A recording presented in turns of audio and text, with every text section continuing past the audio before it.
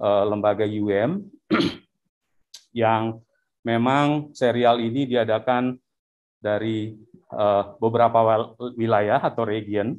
Region yang pertama waktu itu adalah Sumatera dan Jawa, serial pertama, lalu serial kedua Kalimantan dan Sulawesi, dan serial ketiga Papua, NTT, NTB, dan Bali, yang pagi hari ini kita akan segera mulai, Bapak Ibu. Dan Bapak Ibu sekalian, kita akan segera mulai, namun sebelum itu kita akan membukanya dalam doa.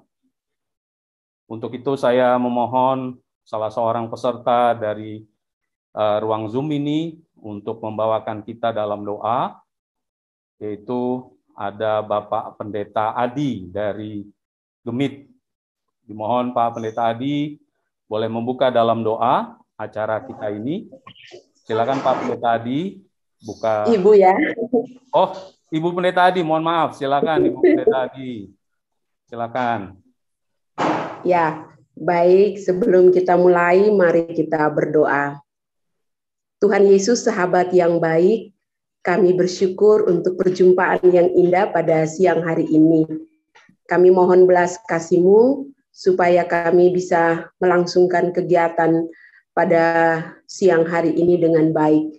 Kami juga berdoa bagi teman-teman kami yang lain, Engkau menggerakkan hati mereka untuk juga bisa bergabung bersama-sama dengan kami dalam Zoom belajar saat ini yang sangat berguna untuk hormat dan kemuliaan bagi nama-Mu. Para narasumber juga kami mohon Engkau memberkati sehingga dengan hikmat-Mu mereka berbagi pengalaman, pengetahuan yang mereka punyai dan kami pun diberkati dengan proses belajar pada siang hari ini. Inilah kami dalam segala keterbatasan dan kekurangan kami, menopang dan meneguhkan hati kami, karena hanya di dalam nama anak-Mu Yesus Kristus, Tuhan dan Juru Selamat kami datang dan mengucap syukur kepada-Mu. Amin. Amin. Terima kasih Ibu Pendeta Adi yang sudah membuka kita dalam doa untuk pada pagi hari ini atau siang di tempat Bapak Ibu baik di wilayah tengah dan timur. Ya, seperti saya katakan tadi, acara ini memang merupakan serial literasi digital, bagaimana gereja bisa mengembangkan kemampuan secara khusus literasi digital untuk bisa menghadapi perkembangan saat ini di era pandemi. Nah, sebelum kita mulai, kita bersama-sama akan mendengarkan sambutan dari MPH-PGI yang diwakili oleh Wakil Sekretaris Umum, Ibu Pendeta Krisye Angki Gosal. Ibu Pendeta Krisye, silakan.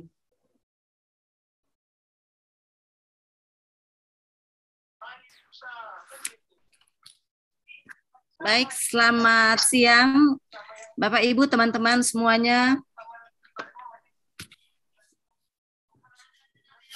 Selamat siang.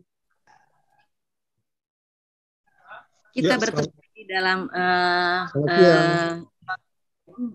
meeting Zoom ini untuk bersama-sama menjawab panggilan gereja, khususnya memasuki era digital ini, era yang tak terelakkan. Selamat datang, selamat bergabung. Terima kasih untuk perhatian dan kontribusi kalian kita di acara ini. Semoga harapan kami acara kita ini dapat memberi arti bagi kita khususnya dalam serial Digital Skill yang dilaksanakan oleh Yakoma PGI didukung oleh Mitra UIM, didukung gereja-gereja dan oleh Bapak Ibu sendiri. Salah satu yang kita putuskan bersama-sama pada sidang raya dari Persekutuan Gereja-Gereja di Indonesia yang dilaksanakan di Sumba, bahwa kita sedang menghadapi 4 hal yang harus disikapi dalam periode yang baru ini, yaitu krisis kebangsaan, krisis keesaan, dan krisis ekologi, serta satu tantangan yang tidak terelakkan, yaitu tantangan disrupsi di era digital ini. Oleh karena itu, maka beberapa gereja yang dapat dikatakan sebagian besar gereja yang hadir dalam persidangan itu merekomendasi PGI untuk melihat kebutuhan gereja-gereja tentu yang memerlukannya ya, memerlukan digital skill untuk difasilitasi. Digital skill ini bagi gereja-gereja yang sangat dibutuhkan dalam rangka menjawab pelayanan gereja di era digital ini. Oleh karena itu maka Yakoma PGI melaksanakan serial ini karena juga dilaksanakan dan akan terus mengembangkan apa yang dibutuhkan oleh gereja-gereja. Menjawab tantangan kita bersama yang kita petakan bersama pada sidang raya November 2019 di Sumba. Kami menaruh harapan besar bagi Bapak Ibu Saudara-saudara untuk melihat kebutuhan gereja-gereja, menjawab kebutuhan gereja-gereja agar tidak ditinggal dan tidak tertinggal. Terima kasih banyak untuk semua yang mendukung acara ini. Terima kasih untuk UIM dan khususnya teman-teman di Yakoma PGI. Selamat mengikuti acara ini. Terima kasih, Tuhan memberkati kita. Terima kasih Bu Pendeta Krisya untuk sambutannya. Bapak Ibu sekalian, memang acara ini dirancang secara serial dengan berbagai topik 4 pilar literasi digital yang memang dibutuhkan bagi gereja dalam melakukan pelayanan-pelayanannya. Acara ini akan dimoderatori oleh Pendeta Sures Tomalueng. Kemudian juga pembicara yang sudah hadir bersama kita bersama ada Bapak Asep Syarifudin dari ICT Watch yang akan bicara soal bagaimana sebenarnya pemahaman digital skill bagi kita dan juga bagi gereja. Terima kasih Pak Asep yang sudah bergabung dengan kami. Lalu ada Pendeta Wanto Menda dari Sinode Gemit yang juga akan berbagi pengalaman Bapak Ibu soal apa yang sudah dilakukan terkhusus Sinode Gemit dalam melakukan berbagai hal di masa pandemi ini dengan teknologi digital.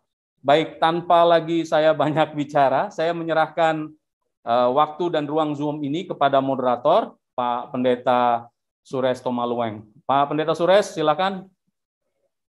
Terima kasih banyak Pak Philip atas kesempatan yang diberikan bagi saya untuk memoderatori di saat ini. Selamat pagi juga bagi Bapak Ibu sekalian yang hadir dalam ruang link di Zoom ini yang kita akan membicarakan tentang digital skill untuk gereja seperti yang tadi sudah disampaikan oleh wakil sekum kita, wakil sekum PGI Bu Krisya Gosal tadi. Berdasarkan keputusan sidang raya kemarin, kita berhadapan dengan 3 krisis dan 1 tantangan.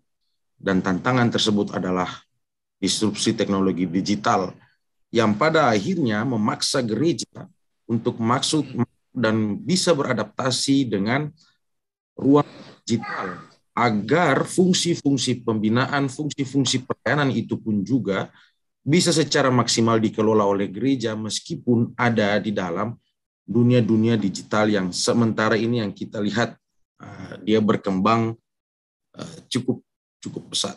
Nah, di saat ini Bapak Ibu, kita tahu bahwa kelompok yang paling banyak tersentuh oleh disrupsi teknologi digital ini adalah kaum muda, terutama juga di masa-masa pandemi yang cukup memberi ruang bagi disrupsi ini dan juga kaum muda untuk lebih berkreasi. Tetapi pada saat bersamaan, teknologi digital ini juga bisa menjadi semacam ancaman bagi kaum muda kita, dan terlebih lagi bagi generasi pemuda gereja ya.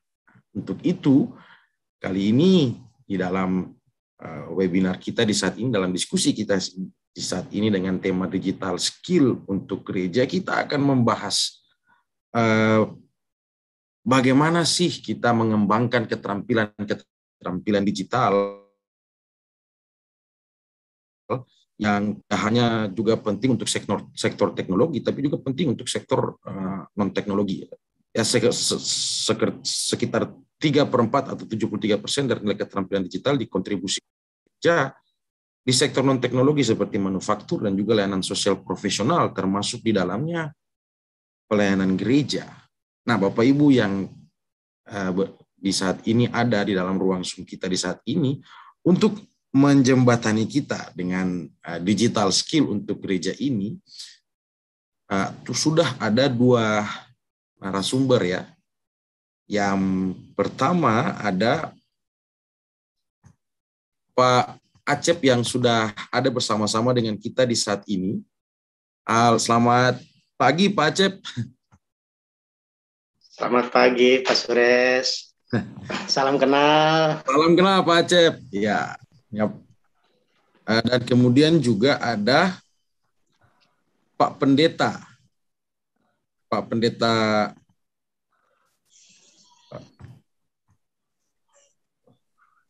Wanto Menda. Wanto Wenda dari Gemit ya Pak ya?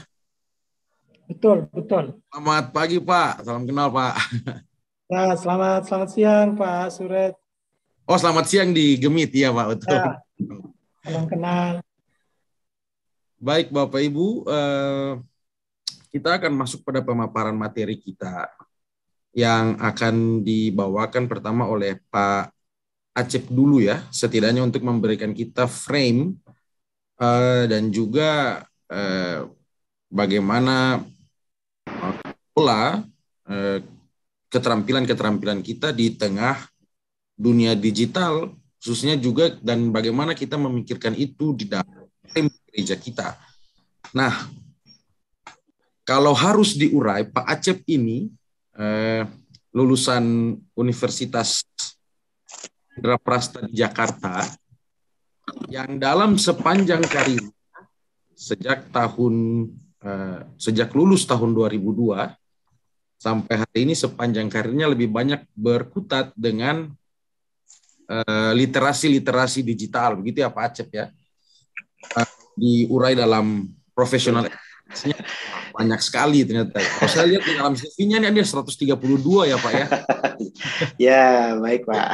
Wah, luar biasa Pak. Setidaknya kita berhadapan dengan orang yang tepat dalam bidangnya, dan dalam kebutuhan ini juga kita berhadapan dengan Pak Acep yang sangat berkompeten dalam menjelaskan bagi kita semua tentang bagaimana gerak-gerak diri kita ya seharusnya di dalam dunia digital yang sekarang ini begitu maraknya dan begitu sering digunakan baik oleh pribadi ataupun juga oleh kelompok-kelompok yang merasa bahwa dunia digital sebagai media untuk mengembangkan dan juga menyalurkan apa yang menjadi tanggung jawab dan juga peran-peran pelayanan yang ada pada dirinya.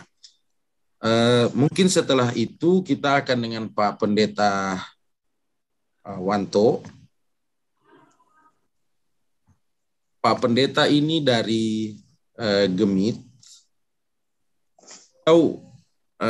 Ya, sarjana teologi dari Universitas Kristen Arta Wacana Kupang, dan sekarang menjadi pendeta. Dalam hal ini jabatannya adalah Ketua Unit Pembantu Pelayanan atau PP Komunikasi dan Informasi Majelis Sinode Gemit. Ya, sekaligus juga pimpinan redaksi lain Sinode Gemit.org.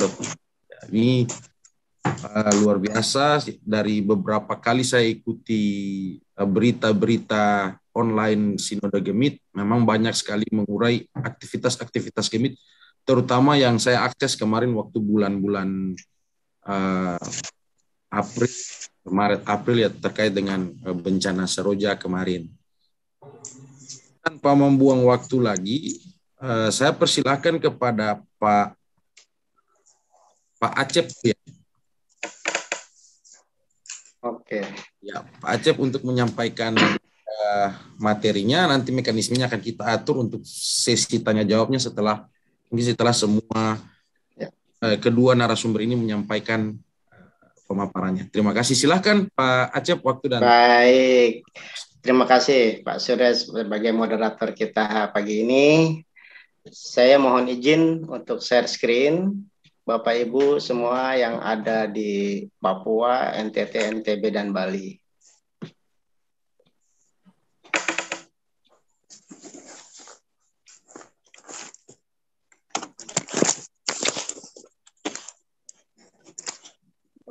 Bentar.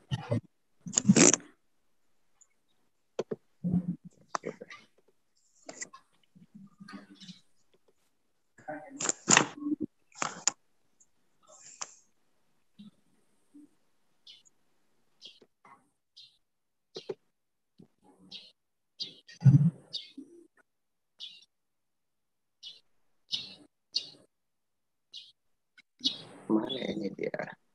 Sebentar lagi, saya cari dulu ini. Banyak yang harus ditutup dulu ini.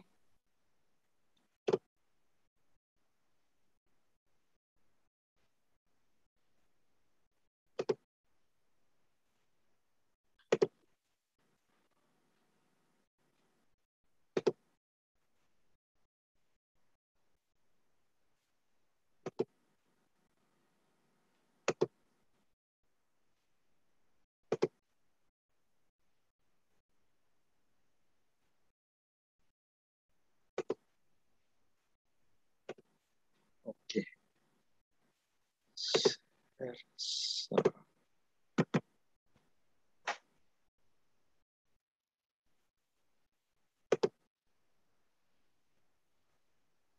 Sudah muncul? Ya, sudah Pak. Oke, baik. Selamat pagi dan selamat siang bagi yang ada di wilayah tengah dan timur. Senang sekali saya bisa sharing bersama Bapak Ibu dalam Persekutuan Gereja Indonesia Selasa 14 Desember 2021. Baik, beberapa saat ke depan saya akan sharing tentang digital skill bagi gereja. Sebelumnya, walaupun tadi sudah disampaikan oleh moderator sepintas tentang jati diri saya juga akan memperkenalkan dulu, karena ada pepatah mengatakan tak kenal maka tak sayang.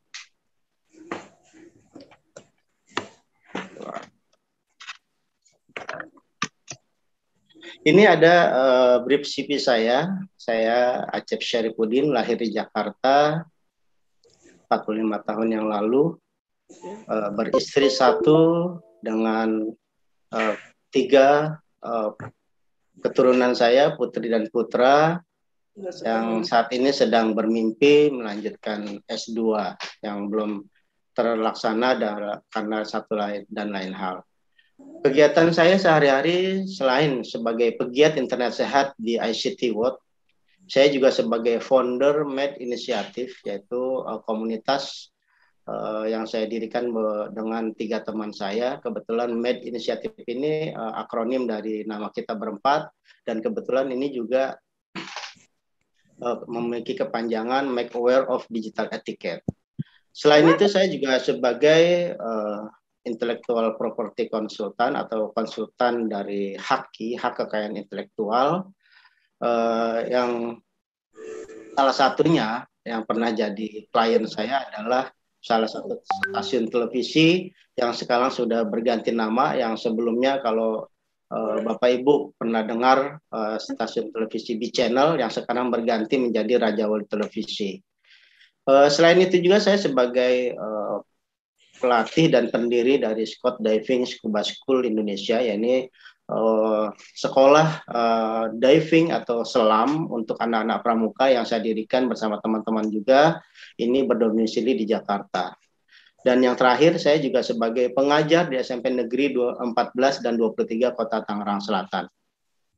Ini ada beberapa kegiatan yang pernah saya lakukan selain sebagai pembicara di internet sehat. Saya juga suka kerjasama dengan beberapa kementerian, diantaranya dengan Kominfo, yaitu selain itu juga dengan Sudin Dikdasmen Jakarta, dan yang terakhir saya bekerja sama dengan National Universitas Singapura, yaitu sebagai Survey Field Coordinator tentang technoculture and cybercafe.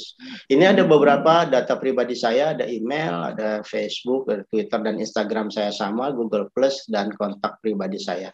Mungkin itu sepintas tentang jati diri saya. Baik, saya akan memulai yang pertama.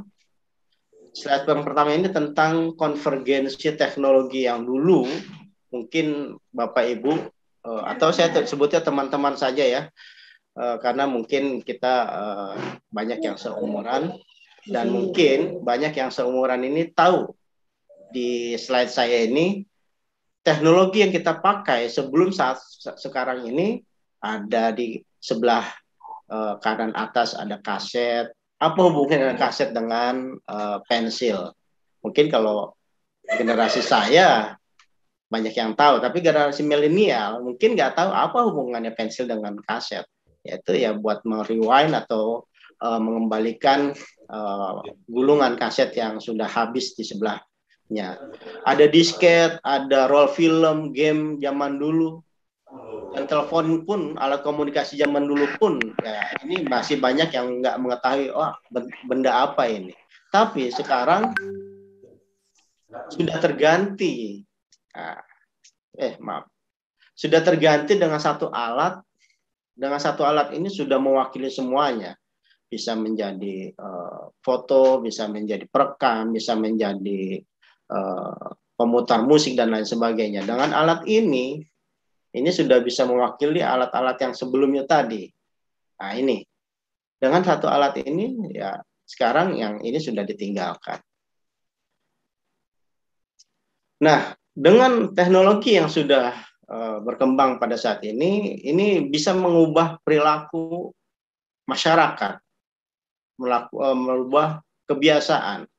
Nah, ini ada yang salah satu efek yang tidak baik, yaitu dengan adanya teknologi ini mendekatkan yang jauh dan menjauhkan yang dekat. Ini jangan sampai terjadi seperti ini. Kalau dilihat dari gambar sebelah kiri dulu kita makan itu asik menikmati makanannya. Kalau sekarang mungkin di meja makan nggak hanya menikmati, tapi masing-masing memegang gadget. Nah, pertanyaannya, ini siapa yang moto nih? Oh ya bapaknya, karena bapaknya kemana ya? Sedang moto. Banyak kan, kok nggak ada bapaknya? Bapaknya yang moto dalam gambar di slide ini. Nah, teknologi yang sekarang sudah berkembang, yang kita kenal ya dulu, kalau sosial media ini jarang. Dulu hanya nggak banyak sosial media, paling ya yang kita kenal ya.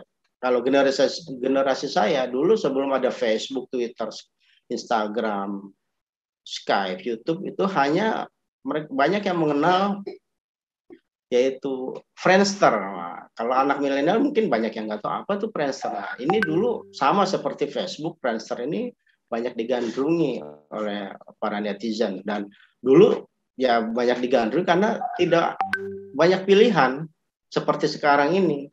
Banyak pilihan, ada Facebook, ada Twitter. Orang yang senang menulis dengan fotografi, dengan tulisan yang panjang bisa memakai Facebook. Tapi orang yang hanya senang menulis, itu bisa memakai Twitter. Atau mereka lebih banyak menggunakan gambar-gambar, biasa menggunakan Instagram. Atau mereka senang dengan videografi, menjadi vlogger atau YouTuber, itu bisa menggunakan YouTube. Nah, dengan anak ini terkait sama apa yang disampaikan tadi dalam pembukaannya, bagaimana teknologi bisa membantu manusia, terutama di kalangan gereja dalam memberikan pelayanan, terutama daerah-daerah. Nah, ini bisa dalam saat pandemi ini yang mana ketika memberikan pelayanan itu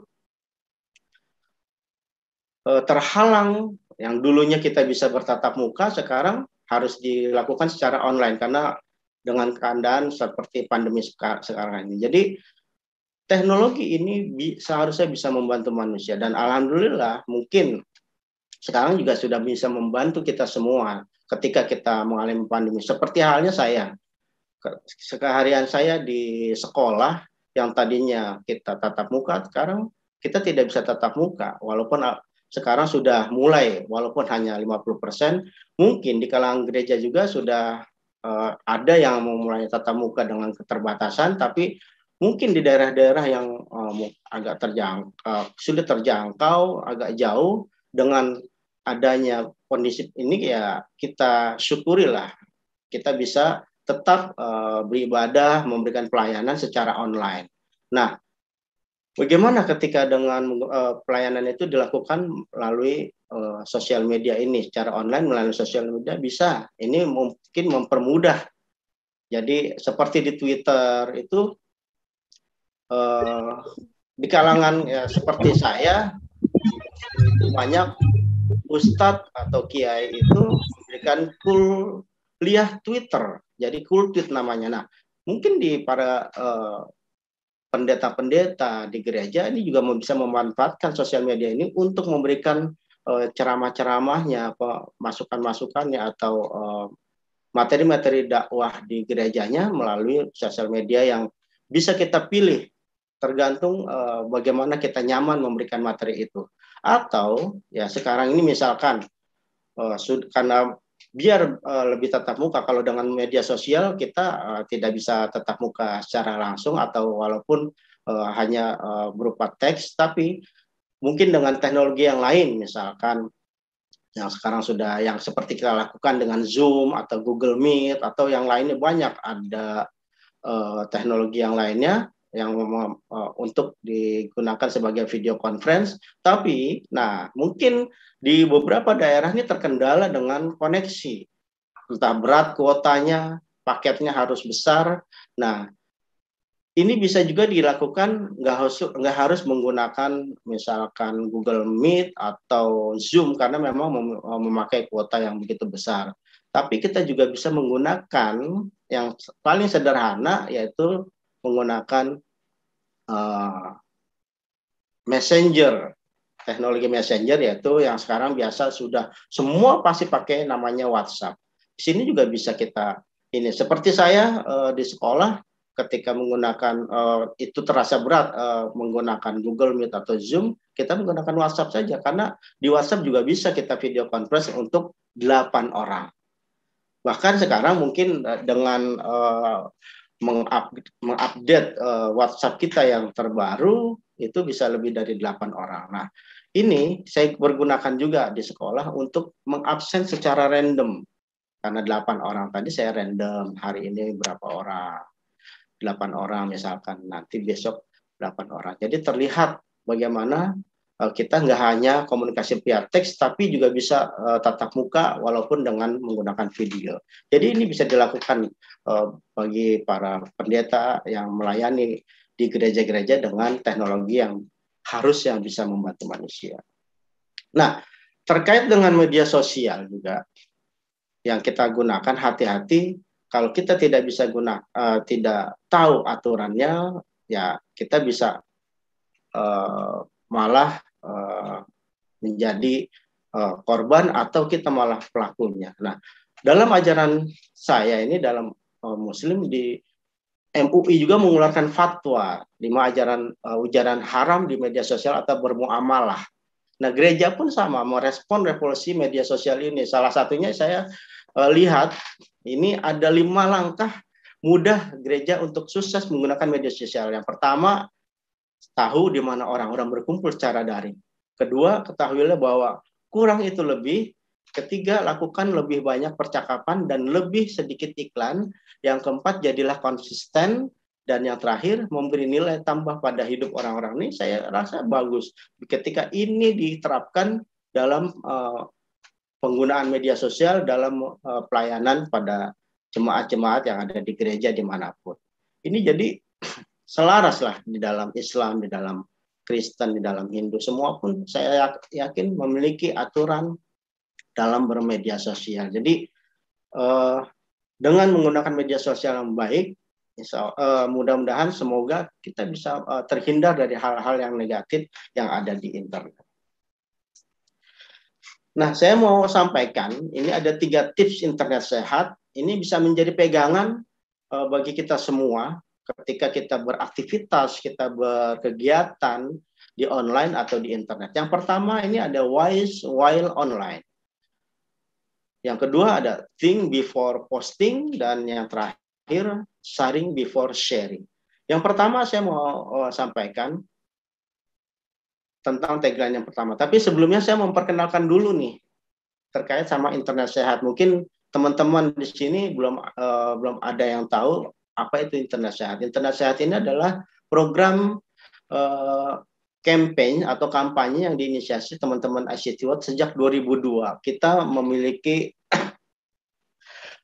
program advokasi ke masyarakat dengan 3 pendekatan. Yang pertama ini pendekatannya bagaimana bijak ketika kita online.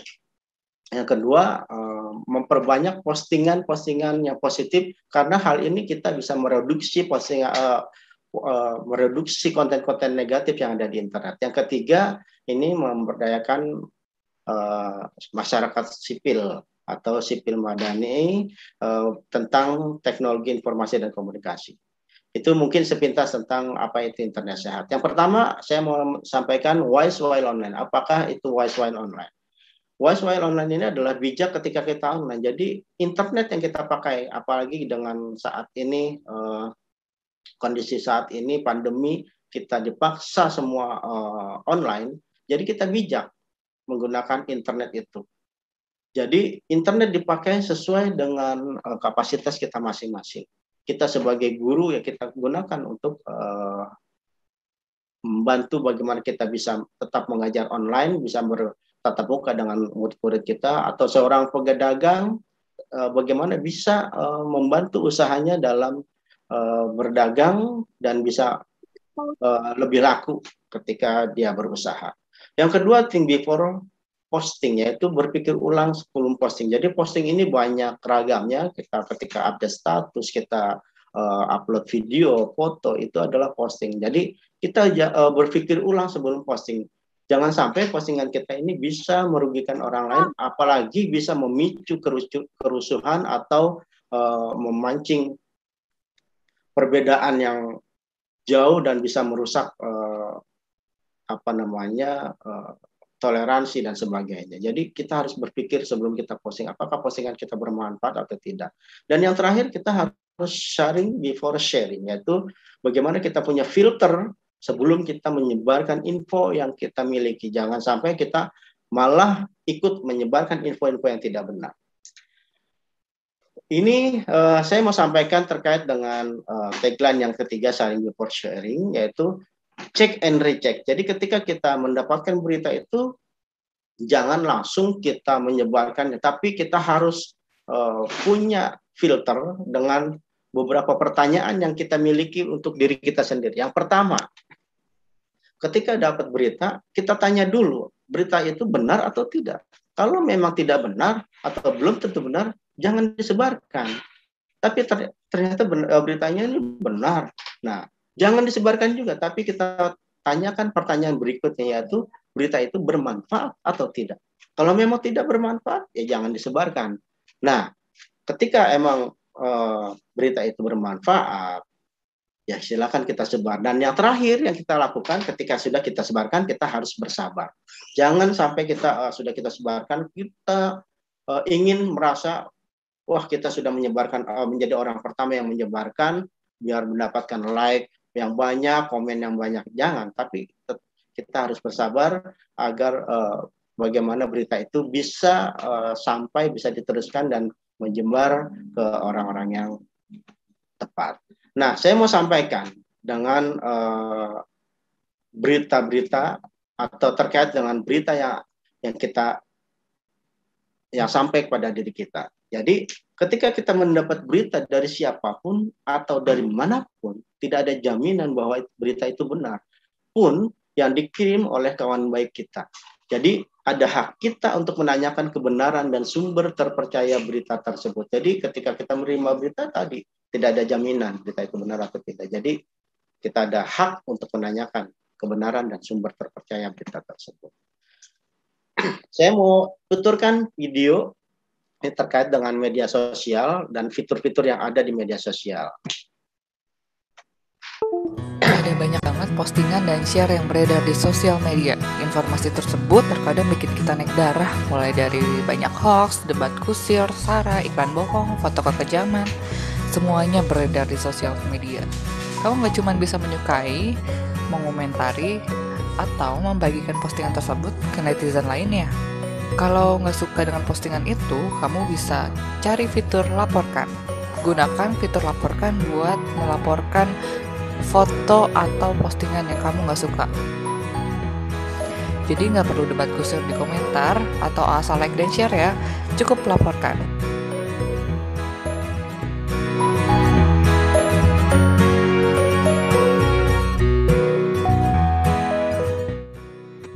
Nah, terkait dengan video yang sudah kita saksikan bersama, ini ada fitur-fitur di media sosial yang terlupakan oleh para netizen.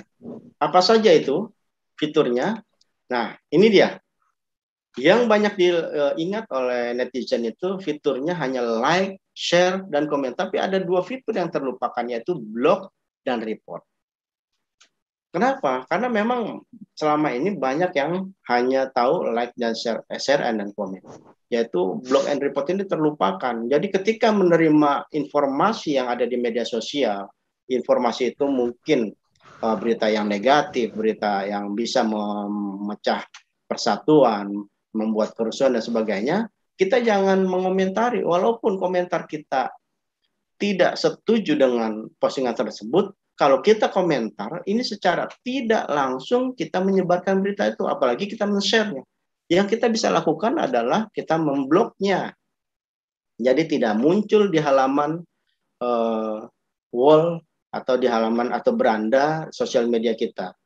Kalau kita memang tidak masih mengganjal, masih belum puas dengan blok, kita bisa melakukan pelaporan atau report. Jadi jangan kita mengomentar berita yang negatif yang ada atau masuk di beranda sosial media kita, apalagi kita men-share-nya, karena itu secara tidak langsung kita menyebarkan berita tersebut. Yang bisa kita lakukan adalah blog dan report. Nah, ini ada yang bisa kita lakukan ketika menerima berita juga. Ini kita bisa lakukan cek fakta dan melaporkannya. Caranya ada dua cara nih untuk melakukan cek fakta. Yang pertama melalui situs web, ini ada beberapa. Khusus terkait dengan sekarang ini tentang COVID-19, ini bisa di covid19.go.id/p/hoax-dashbuster atau s.id/infovaksin. Atau Kemkominfo juga bisa. Situs Kemkominfo di komin.fo/inihoax. Atau Mavindo ada nih, thunberghoax.id atau cek fakta, ini cekfakta.com. Atau melalui chatbot WhatsApp, ini ada dua. Melalui WhatsApp-nya Mavindo, kita bisa memeriksa nih, mencek fakta apakah berita itu benar atau tidak di 0859 21 600 500. Jadi teman-teman bisa nge-save nomornya Mavindo di 085921600500 ini. Nanti kita bisa ngecek dengan mudah sekali menggunakannya, yaitu menuliskan kata kunci atau berita yang menurut kita masih ragu-ragu, kita ketikkan saja di WhatsApp-nya Mavindo ini, nanti akan muncul keluar hasil pencarian dan diberikan referensi bahwa berita itu adalah hoax. Nah, ini berita yang aslinya adalah ini. Atau di cek fakta liputan 6 juga sama di 0811 978 7670. Jadi kita bisa mengeceknya. Jadi jangan langsung men-share-nya ketika kita menerima berita, info dan sebagainya. Jadi kita bisa cek dulu kebenaran info atau informasi tersebut. Ketika memang informasi itu memang mengandung hoax atau memang sudah pasti hoax, kita bisa melakukan pelaporan di aduankonten.id, ini miliknya Kominfo kalau tidak salah. Jadi kita nggak usah kemana-mana, atau minimal yang tadi saya sampaikan, kita laporkan ke platform media sosial yang kita miliki ketika kita menerima informasi yang tidak benar atau informasi bohong atau informasi hoax. Nah, terkait apa yang kita lakukan di media sosial itu tidak terlepas dengan yang namanya privasi. Ini saya mau sampaikan. Apa itu privasi? privasi ini adalah hak individu untuk menentukan apakah data pribadi akan dikomunikasikan atau tidak kepada pihak lain. Ini sesuai dengan draft RUU Rancangan Undang-Undang Perlindungan Data Pribadi. Ini juga selaras dengan pidato kenegaraan Presiden Jokowi pada tanggal 16 Agustus 2019 bahwa data adalah kekayaan baru bangsa kita. Jadi data ini harus kita jaga, jangan sampai data kita dicuri atau disalahgunakan oleh orang lain.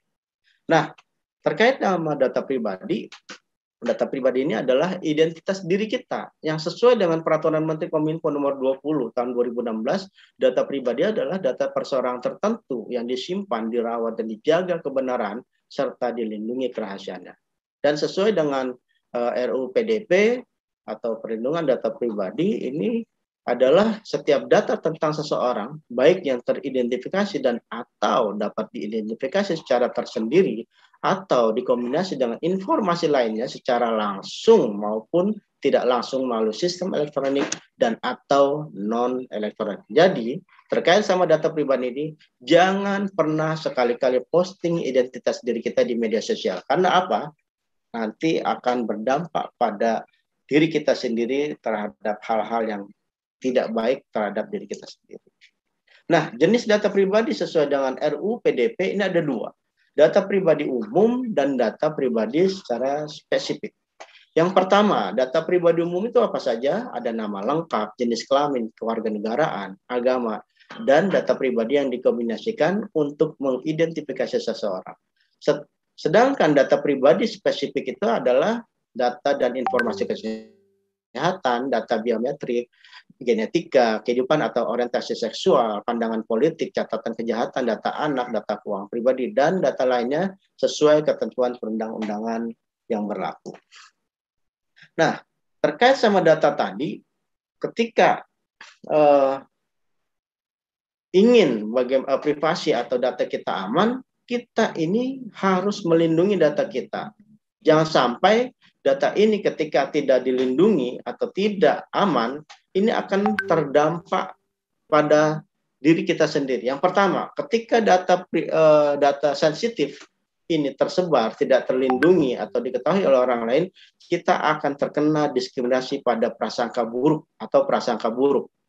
Atau data personal, data pribadi kita ketika tidak terlindungi, tidak aman, kita akan terkena tindak kejahatan atau kriminal. Hati-hati. Nah, terkait sama privasi juga, banyak secara tidak langsung kita ini sudah melanggar privasi yang kita miliki dan privasi pada teman-teman kita. Pertama nih, kebiasaan yang biasa dilanggar privasinya. Yang pertama, nih biasanya memasukkan nomor WA seseorang ke grup tanpa tanya atau beritahu sebelumnya. Nah, ini kita harus, etikanya adalah harus izin dulu terhadap seseorang ketika kita mau memasukkan seseorang itu ke grup yang akan kita minta bergabung. Jadi jangan langsung masukkan, tapi kita tanya dulu. Atau apalagi ada orang yang mau minta, kita harus tanya dulu, nih ada orang yang minta, namanya si Anu, si ini, si itu. Jadi kita harus berizin dulu terhadap orang yang memiliki WhatsApp tersebut. Yang kedua, screenshot atau rekam percakapan tanpa pihak lain tahu untuk tujuan apapun. Jadi untuk screenshot pun sama, merekam pun itu harus izin terhadap atau ada seseorang, atau kalau memang di grup itu kita juga harus izin terhadap di grup tersebut. Terus memposting ke medsos foto kawan kita di suatu acara tanpa izinnya. Nah, ini juga sama. Jangan salah, karena banyak yang nggak mengetahui. Jangankan teman, ke anak kita pun ketika memposting itu kita harus izin. Nah, ini posting ini boleh nggak di media sosial? Kita harus izin, apalagi terhadap kawan atau orang teman-teman kita yang bukan keluarga kita. Ini juga harus izin. Jangan sampai kita dipersalahkan ketika kita memposting foto kita tanpa izin. Yang selanjutnya yaitu kirim email ke banyak orang sekaligus ke seluruhnya diketik to atau sisi. Ini juga nggak boleh. Kalau memang kita mau mengirimkan ke orang sekaligus, tapi hanya satu orang atau beberapa orang yang memang kita tujukan, tapi biar orang lain juga tahu juga, ya etikanya ya kita minta izin, atau kita bisa lakukan dilakukan dengan menggunakan menu BCC. BCC ini bisa sekaligus banyak, tapi tidak diketahui orang yang kita kirimi emailnya. Dan yang terakhir, memberikan nomor telepon atau alamat orang lain seenaknya. Nah, ini juga sama seperti nomor WA. Ini juga sama, nomor telepon pun atau alamat kita harus izin terhadap orang yang memiliki nomor telepon atau alamat. Jadi harus diingat, jangan sampai melanggar privasi. Nah, terkait sama data pribadi dan privasi ini, hati-hati dengan yang namanya phishing. Apa itu phishing? Yaitu jenis penipuan online dengan cara mengelabui target untuk mencuri akun atau data pribadi atau informasi sensitif seperti PIN dan password. Apa yang menjadi sasaran? Ya, data pribadi, data akun, dan data finansial. Jadi hati-hati dengan phishing ini. Bagaimana cara mengetahui ciri-ciri phishing ini? Yang pertama, nah, ciri-ciri phishing ini, nama domain terlalu panjang biasa dan tidak biasa. Apalagi dengan domain-domain yang gratisan. Biasanya ini ya hati-hati, diwaspadai. Kedua, biasanya menggunakan domain gratisan. Nah, ini nanti saya bilang, domainnya gratisan, apalagi nama domainnya aneh-aneh. Yang ketiga, saat register meminta data pribadi, KTP, dan data sensitif lainnya seperti PIN, password, dan lain sebagainya. Ini harus diwaspadai terhadap informasi seperti ini. Dan yang terakhir, biasanya mengelabui dengan fitur penawaran gratis. Atau biasanya dia membuat website itu mirip dengan website resminya. Ini saya contohkan, bukannya ini ya. Saya mereferensikan satu bank. Misalkan, salah satu bank swasta, BCA ini kan punya satu website namanya klikbca.com. Nah, biasanya mereka tuh mengelabuinya dengan bukannya klik BCA, tapi kilek BCA. Nah, kalau kita nggak paham, ini dianggap ini punyanya BCA. Ketika diklik, diakses, ternyata mengarah ke websitenya penipu tersebut, pelaku phishing tersebut. Nah, contohnya misalnya seperti ini, internet .gratis, .pemerintah, .go.id, berita, .rcti, rahasia. Ini udah kelihatan. Wah, ini hati-hati. Ini pelaku phishing. Nah, bagaimana cara menghindarinya? Yang pertama, memeriksa akun secara rutin. Jadi, akun itu kita periksa secara rutin buat apa? Ketika ada update dari website atau akun tersebut, kita tahu. Jadi, kita tahu perkembangannya terhadap akun tersebut. Dua, buat bookmark atau penandaan untuk halaman login. Yang selanjutnya, jangan mengklik apapun di pesan SMS atau mengklik tautan di pesan email yang mencurigakan. Jadi jangan sampai nih pesan SMS atau email yang mencurigakan kita klik tautannya. Nah, ini bisa mengarah ke pelaku phishing. Pastikan ejaan URL website tersebut resmi. Nah, yang tadi saya sampaikan, ketika kita mengakses website suatu website, kita kalau bisa mengetik sendiri, jangan kita melalui mesin pencarian. Takutnya ini dimanfaatkan oleh pelaku phishing ini dengan menggunakan SEO. Akhirnya ketika diakses oleh masyarakat, netizen, ini di nomor 1 dianggap itu website resminya. Karena kita tidak hati-hati, kita klik saja. Hati-hati ini. Makanya kalau bisa kita mengetik sendiri ejaan website yang biasa kita akses. Selanjutnya, ubah password secara berkala. Jadi password ini seperti, ya mohon maaf kalau saya gambarkan seperti celana dalam. Celana dalam ini nggak boleh dikasih tahu orang, harus secara rutin dibersihkan, diganti. Dan ini tidak boleh di-share kepada orang lain. Nah, dalam membuat password juga tidak sembarangan. Jangan berkaitan sama data pribadi kita, nama kita, tanggal lahir kita, dan sebagainya. Jadi membuat password itu, ini sudah bergeser. Tadinya minimal 8 karakter, sekarang kalau nggak salah, ini minimal 12 karakter. Dan ini harus melalui perpaduan beberapa karakter, angka, huruf, dan simbol atau tanda baca.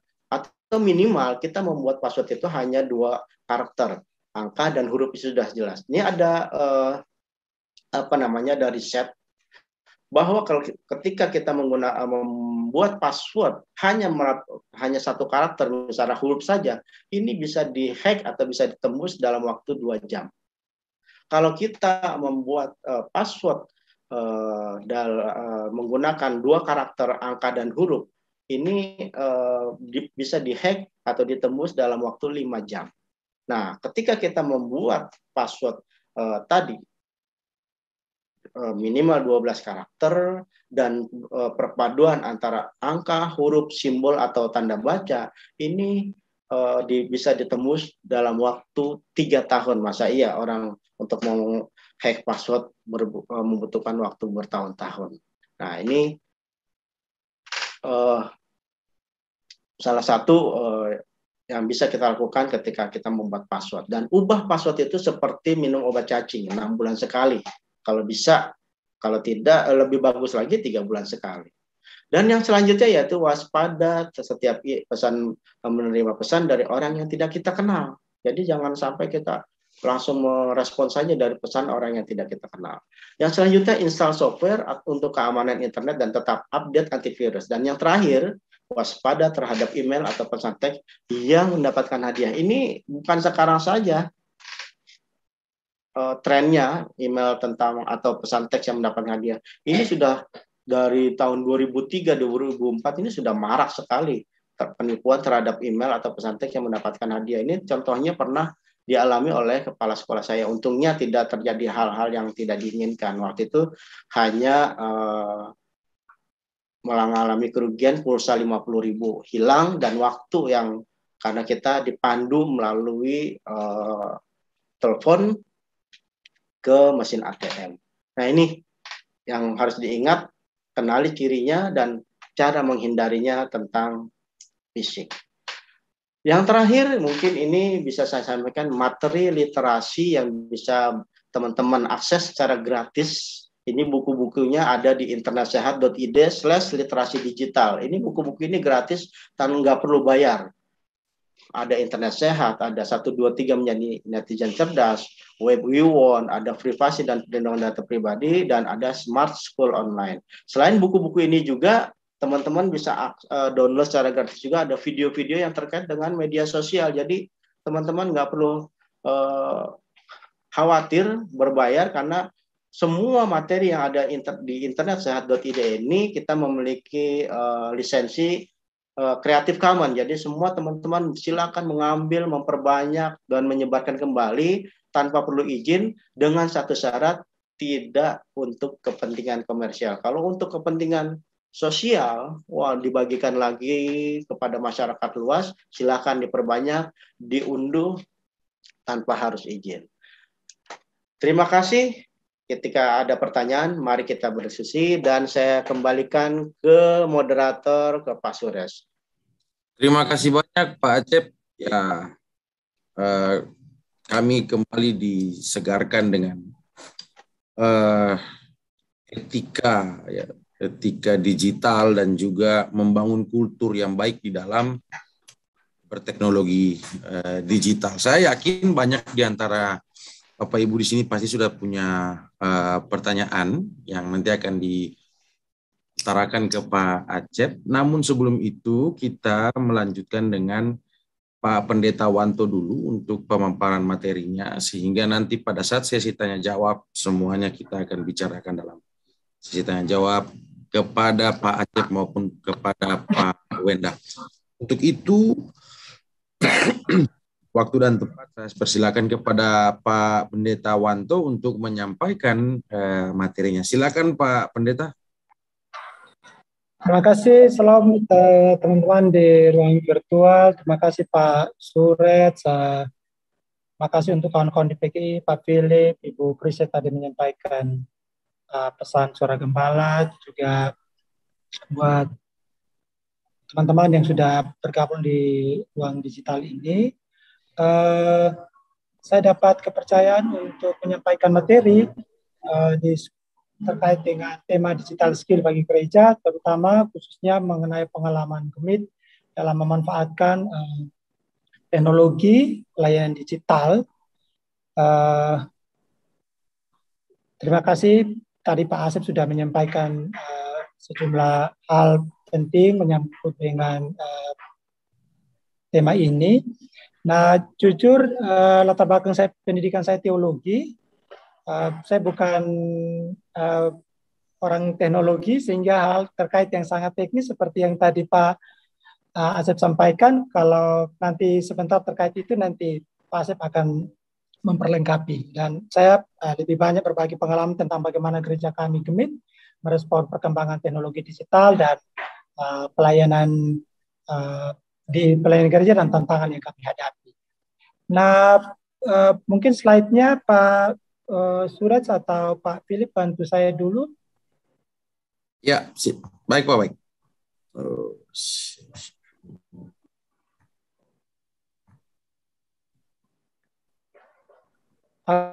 Oke, slide-nya sudah terlihat. Terima kasih banyak Pak Suraj. Nah, di slide pertama itu saya menggambarkan gereja kami, Gemit itu melayani di Provinsi NTT dan beberapa jemaat ada di NTB dengan jumlah anggota jemaat sekitar 1,2 juta orang. Itu tersebar di 6 pulau besar di Timor, di Rote, Sabu, Alor, Flores, dan Sumbawa. Jadi wilayah pelayanan kami itu wilayah kepulauan seperti juga di teman-teman di Maluku. Karena itu bagi kami kehadiran teknologi digital itu satu berkat Tuhan karena sangat membantu pelayanan kami. Minimal dalam distribusi surat-surat, bahan-bahan khotbah, liturgi itu menjadi lebih mudah, lebih cepat, dan juga lebih hemat. Nah, di slide kedua ini,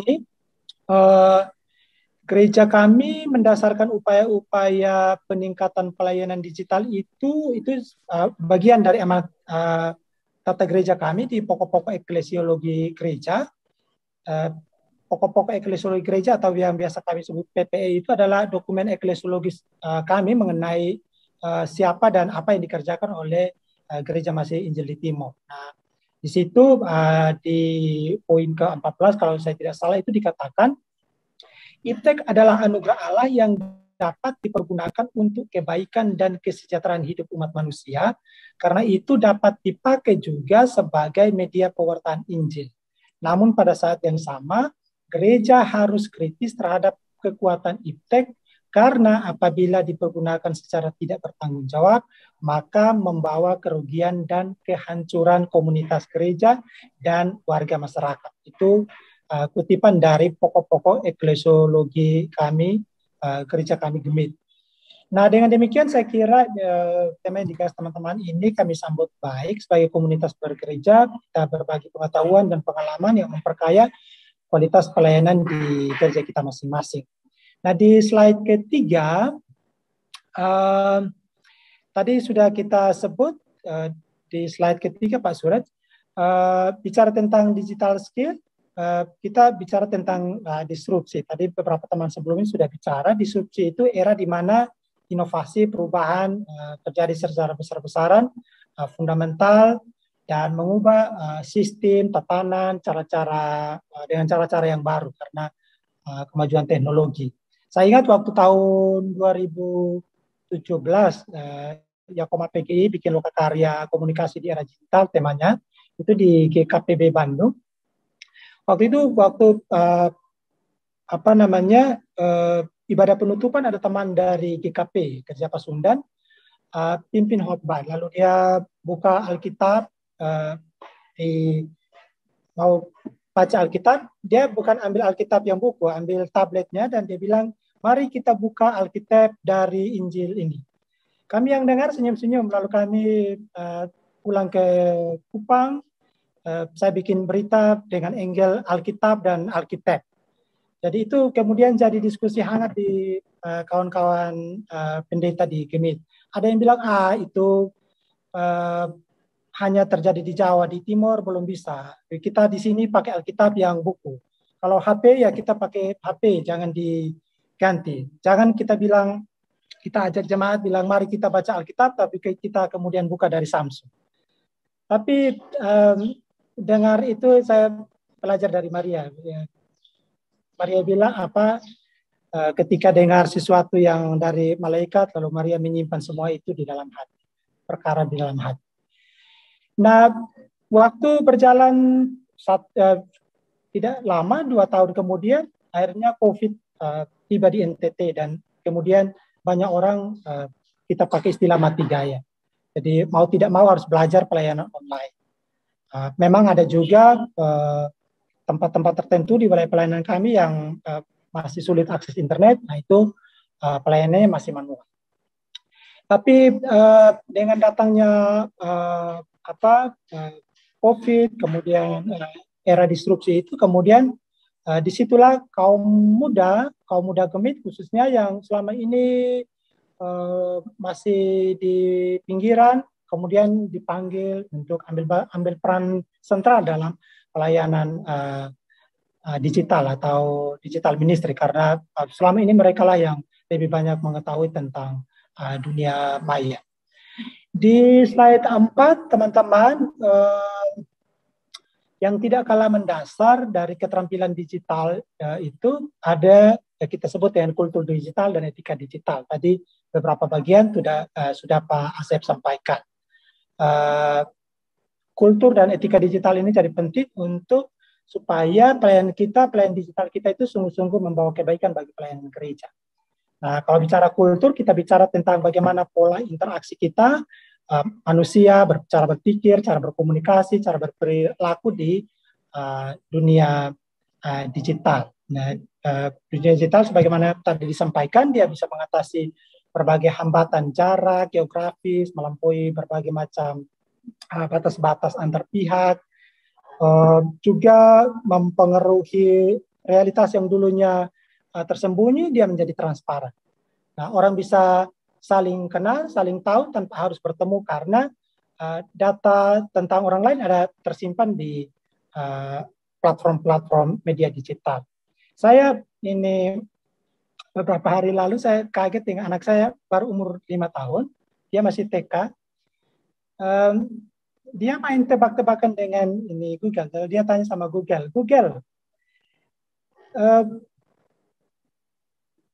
Wanto Menda itu siapa?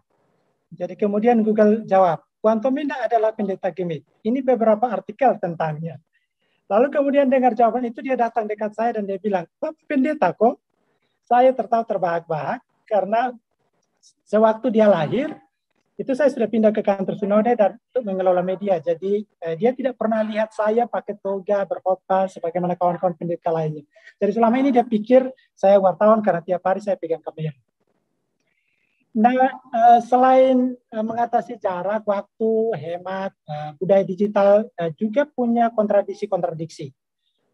Berjuta-juta informasi beredar buat orang bingung mana yang benar, mana yang salah, mana akun palsu, mana akun yang asli, mana aplikasi yang mendidik, mana yang merusak, mana khotbah yang bisa apakah khotbah ini bisa dipertanggungjawabkan secara alkitabiah, mana yang tidak, apakah konten ini sungguh-sungguh mengandung pengajaran Alkitab atau orang menggunakan konten-konten terkesan rohani tapi untuk sekadar cari untung dan sensasi dan lain-lain.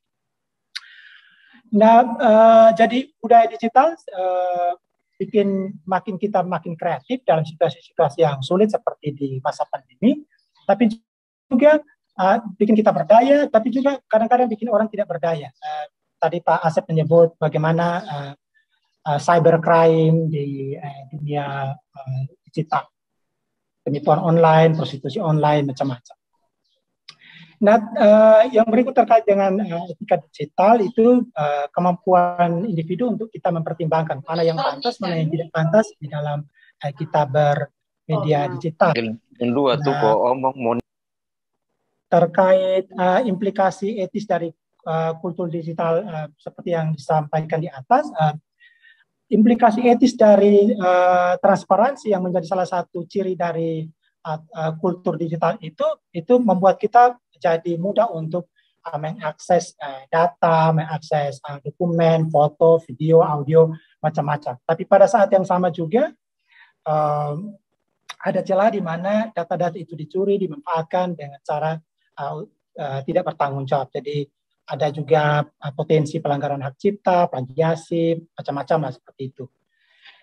Yang kedua menyangkut dengan masyarakat jejaring yang terkoneksi secara global, memungkinkan kita pola komunikasi makin intens. Jadi sehingga dalam etika digital kita belajar untuk tidak menyebarkan atau men-share berita bohong dan lain-lain yang bisa menimbulkan kegaduhan di ruang publik digital maupun di ruang fisik.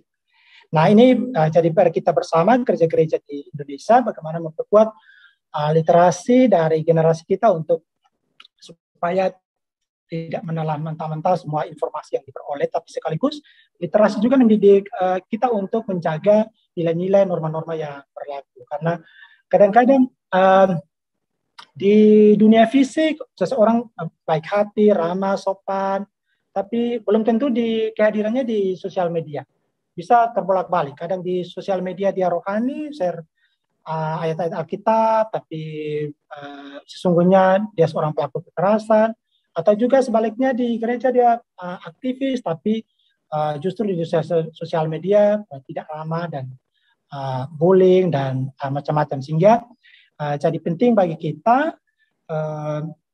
untuk juga menjaga merawat nilai-nilai etis Kristiani yang kita miliki, tapi juga memperhatikan undang-undang ITE nomor 11 dan 19 sehingga kita tidak terjebak dalam kasus-kasus hukum, apalagi kalau kita bekerja di gereja. Nah, slide yang kelima, ini saya mau cerita tentang apa yang kami mau kerjakan. Jadi skill digital dalam kerangka panca pelayanan Gemit. Kami menerjemahkan misi gereja Gemit itu dalam 5 bidang pelayanan. Yang pertama itu koinonia. Koinonia itu berbicara mengenai penguatan relasi fisik, tapi juga termasuk dalam relasi komunikasi virtual digital. Terutama akibat pandemi COVID-19, koinonia digital ini menjadi pilihan terbaik kalau tidak dibilang satu-satunya. Kami manfaatkan Zoom meeting seperti yang kita buat saat ini untuk kebutuhan-kebutuhan pelayanan yang melibatkan orang banyak, ibadah, pelatihan, pastoral, dan macam-macam. Nah, di bidang ini kami punya salah satu program namanya peningkatan kapasitas komunikasi dan informasi, dan kami menerjemahkan program ini dalam beberapa kegiatan. Itu salah satunya, misalnya di lingkup sinode kami bikin pelatihan multimedia melibatkan kawan-kawan pemuda, karena teman-teman pemuda itu yang lebih akrab dengan dunia digital. Pelatihan misalnya bagaimana bikin konten website di Klasis. Nah, setelah misalnya website yang sudah jadi, kemudian perlu dilanjutkan lagi dengan pelatihan jurnalistik untuk latih kapasitas pemberitaan media gereja di secara online. Nah, bagi kami ini penting, website atau media online gereja itu penting supaya jangan kita serahkan kepada pihak lain atau media lain berbicara tentang kita, tentang gereja kita. Kita sendiri yang mesti harus memberitakan apa yang gereja kita kerjakan. Kita tidak bisa serahkan kerja-kerja kita diberitakan oleh media lain bahwa itu memang baik untuk memperluas jaringan, tapi belum tentu pesan yang mereka sampaikan sama dengan tujuan yang mau kita capai. Bahwa di Alkitab Tuhan Yesus bilang, apa yang tangan kanan buat jangan sampai tangan kiri ketahui. Tapi pernyataan Yesus itu disampaikan dalam konteks bagaimana hal memberi dan persembahan. Ada pula saat di mana Yesus bikin ini mujizat dan sesudah itu dia ini bilang pulanglah dan tidak boleh ceritakan kepada siapapun. Tapi teman-teman, kita jangan lupa bahwa ada pula saat di mana dengan tegas Yesus berkata, pergilah dan katakanlah kepada Yohanes, orang buta melihat, orang lumpuh berjalan, orang tuli mendengar, orang mati dibangkitkan, dan kepada orang miskin diberitakan kabar baik. Itu di Lukas 7. Nah, ada saat kita jadi garam, ada saat juga kita menjadi terang. Itu yang Yesus ajarkan kepada kita. Jadi supaya pekerjaan kita juga itu dilihat orang bahwa gereja juga berkontribusi bagi bangsa dan negara. Nah, ini tugas gereja, kita tidak boleh anggap sepele. Di Gemit kami bekerja keras untuk hal ini. setiap 2-3 hari kami mengupayakan untuk ada berita tentang pelayanan-pelayanan gereja. Jadi tidak perlu kita menunggu minggu atau bulan seperti itu. Nah, hal yang sama juga kami buat dengan pengembangan konten YouTube. Ada teman-teman di jemaat, di klasis, bikin konten untuk renungan, baik panjang, baik pendek. Ada juga klasis yang bikin perlombaan film pendek. Jadi tidak perlu mahal-mahal, tidak perlu peralatan yang mahal dulu, tapi dengan HP mereka melakukannya, dan itu luar biasa. Di slide ke-7, terkait dengan diakonia di masa pandemi, itu banyak juga anak-anak yang butuh biaya untuk sekolah online. Jadi ada jemaat-jemaat kami yang kemudian buka gereja supaya anak-anak bisa mengakses wifi secara gratis. Nah, juga kami bikin call center, ada pastoral online bagi para pasien yang terpapar COVID di rumah maupun di rumah-rumah sakit. Ya. Ada juga kami, ini juga salah satu yang menarik, kami bikin pasca Seroja, bencana Seroja kemarin, itu ada pelatihan tukang online. Jadi kami kerjasama dengan Universitas Widya Mandira Kupang, dengan Ikatan Arsitek Indonesia. Mereka bikin video. Lalu video itu bikin video tutorial bagaimana bikin campur material, bagaimana ikat besi, bagaimana sambung kayu, macam-macam. Lalu kemudian dikirim ke mereka, lalu mereka nonton, lalu kemudian ada dosen yang nanti mendampingi mereka. Dan itu seru. Kalau di tempat-tempat lain orang memanfaatkan YouTube untuk nonton bareng atau sejenis itu, kami di Gemit kami pakai itu untuk pelatihan para tukang, karena kami belajar bahwa Bapak dari Yesus itu adalah tukang, sehingga para tukang kami di Gemit juga perlu diperlengkapi.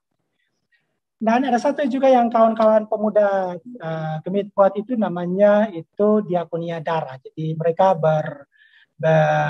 biasanya diakonia itu dalam bentuk sembako, uang, tapi mereka bikin diakonia darah kerjasama dengan Palang Merah Indonesia, lalu mempersiapkan darah, kantong-kantong darah untuk sebagai menjaga-jaga kalau terjadi bencana, kawan-kawan pemuda pergi ke sana kemari untuk bantu, dan kalau orang butuh darah sudah ada darah yang tersedia. Seperti itu. Jadi mereka bikin grup WA khusus untuk siapa yang mau membutuhkan darah bisa menghubungi mereka. Di bidang liturgi saya kira teman-teman di Bali, di NTB, di Papua, di Maluku, saya kira kita semua sama bikin ibadah online, live streaming melalui Facebook, YouTube, ada juga radio streaming. Kalau kami di Gemit ada juga kendala, tidak semua tempat ada jaringan, akses jaringan. Solusinya kami di tempat tertentu misalnya bekerja sama dengan RRI, ada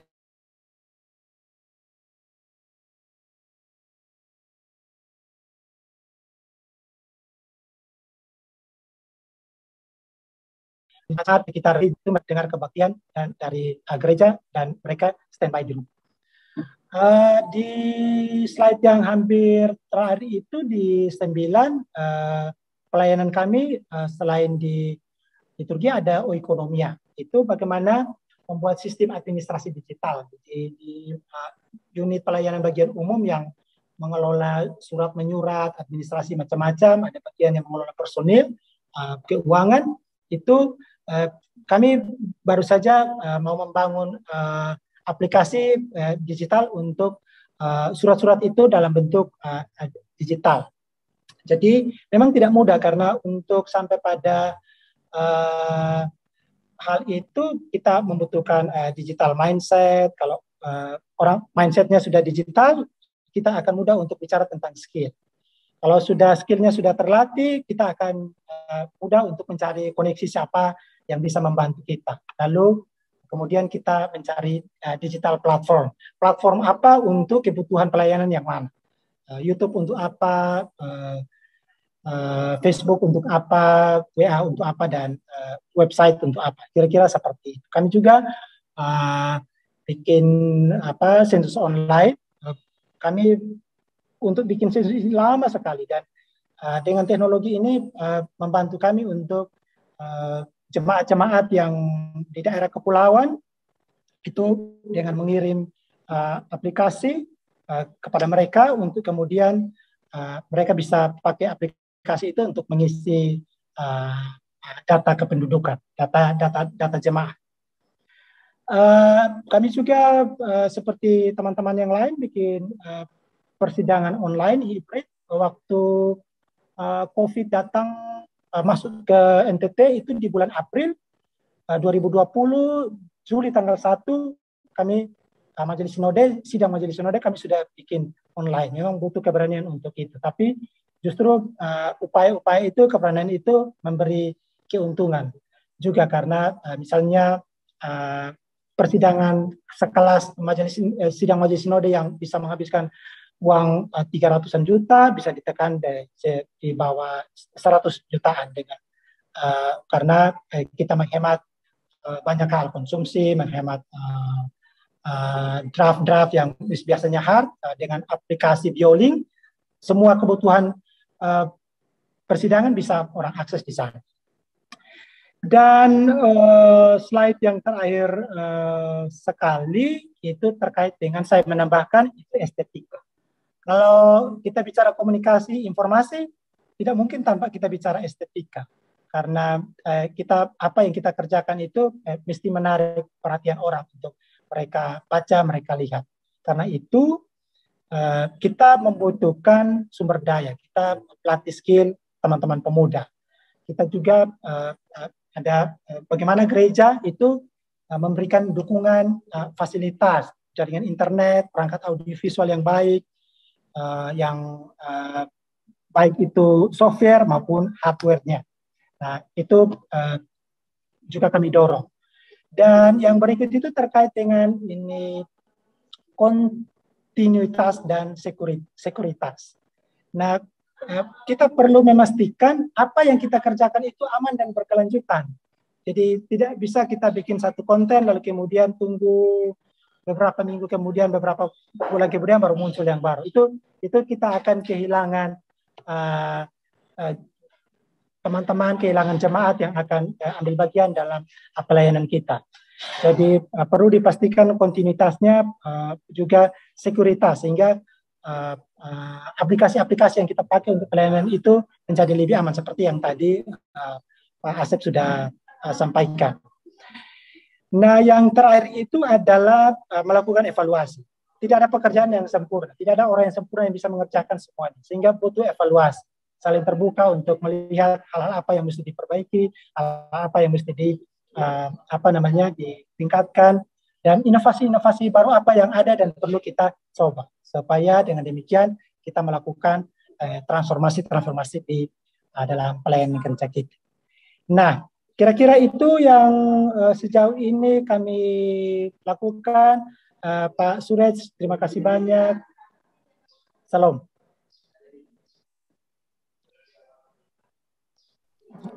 Pak Pendeta, atas penjelasan yang begitu luar biasa dari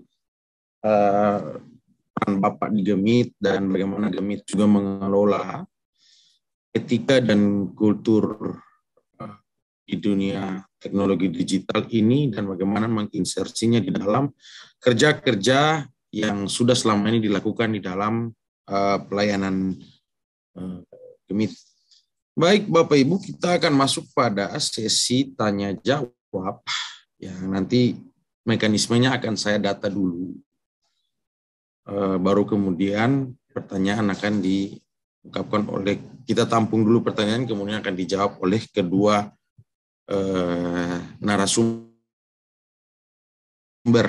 Yang ingin bertanya boleh langsung bisa mengangkat tangan, di raise hand di Zoom, agar dengan demikian saya bisa mencatat dulu, baru setelah itu saya akan persilakan untuk memberikan pertanyaan. Baik, yang pertama ada Pak Rudi Riwukaho ya. Pak Rudi Riwukaho.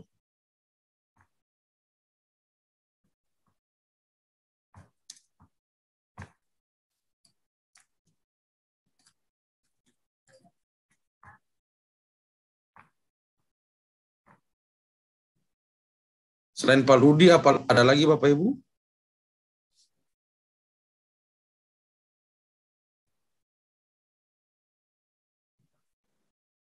Mohon maaf Pak Sures. Siap Pak. Yang mau bertanya mungkin selain mengangkat tangan atau raise hand, bisa dengan menulis di kolom chat barangkali.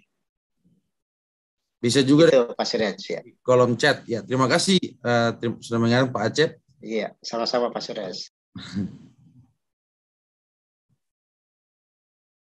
Baik, bagi Bapak Ibu yang ingin bertanya silakan raise hand ataupun juga bisa juga menulis di kolom chat. Yang raise hand baru Pak Rudi Riwukaho. Mungkin ada lagi Bapak Ibu yang mau bertanya terkait dengan materi yang disampaikan oleh Pak Acep dan juga Pak Pendeta.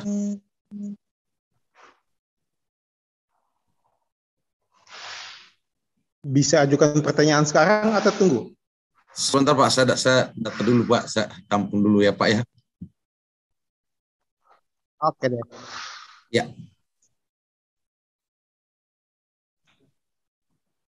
Baik, sepertinya tidak ada lagi yang ingin raise hand. Nanti dalam percakapan mungkin akan ada pertanyaan-pertanyaan yang mungkin juga bisa muncul. Untuk itu mungkin bisa dijawab juga oleh Pak Acep nanti dengan Pak Pendeta Wanto nanti. Baik, kesempatan saya berikan kepada Pak Rudi dengan pertanyaan. Silakan Pak. Oke, singkat saja. Saya dari Dari Klasis Kota Kupang Barat. Saya tidak tahu pertanyaan ini bagusnya diarahkan ke mana, ke Pak Acep atau ke Pak Wanto ya.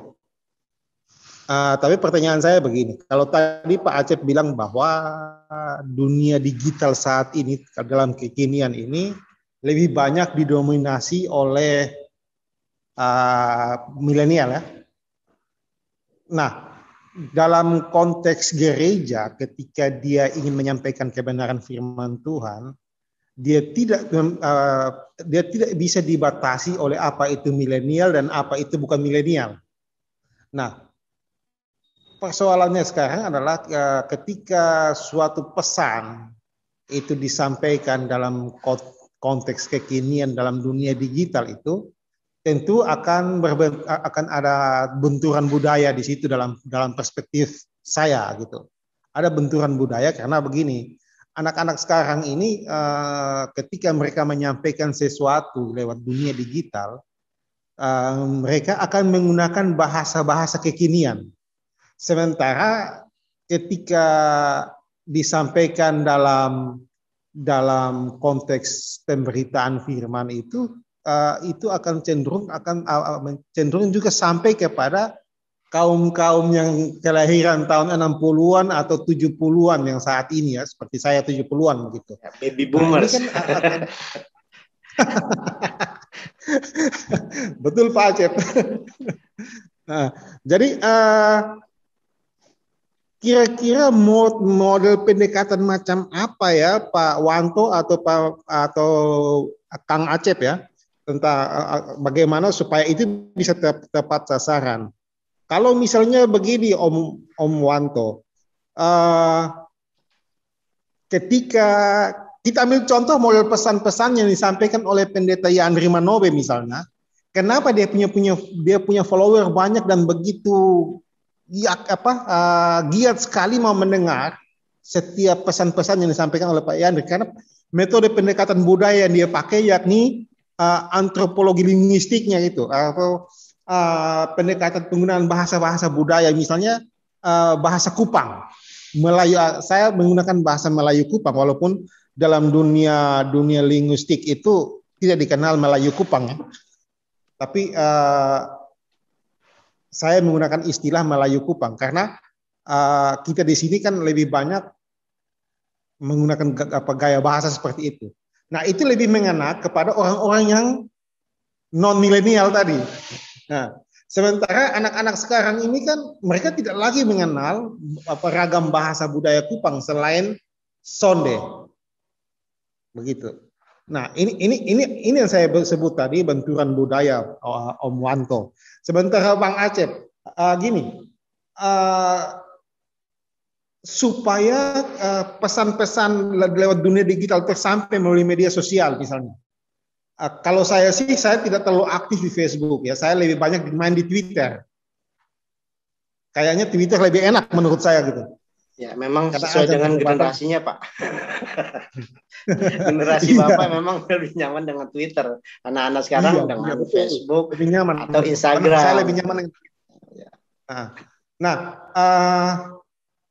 bagaimana caranya supaya kita punya pesan-pesan itu, bagaimana saya bisa memanfaatkan Twitter untuk mempublikasikan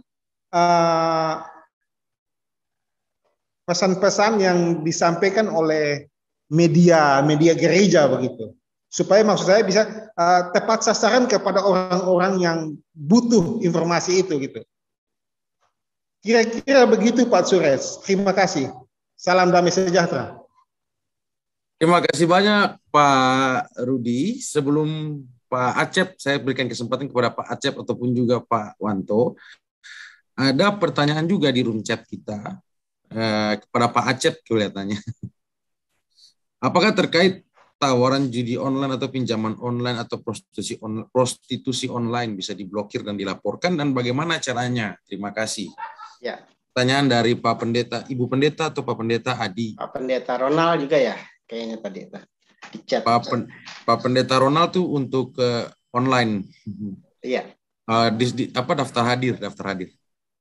Ya, dia direct message ke saya tuh pertanyaannya. Oh, gitu. Enggak di forum kayaknya. Baik, nanti akan saya sampaikan.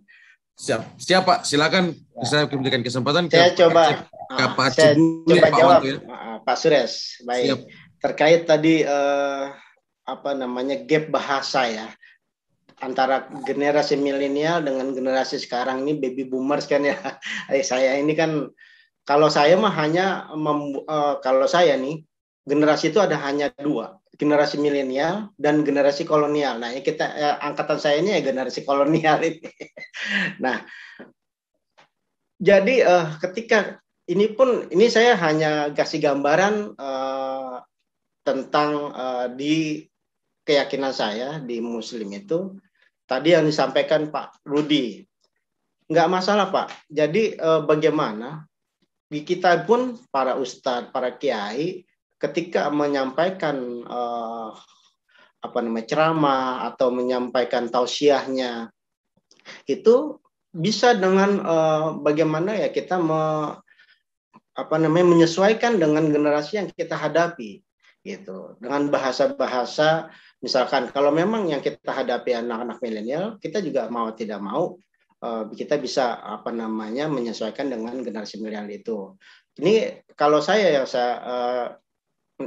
yang saya sampaikan ini sama halnya dengan bagaimana peran kita sebagai orang tua kepada anak-anak kita. Ini kita bisa berperan berbagai macam peran.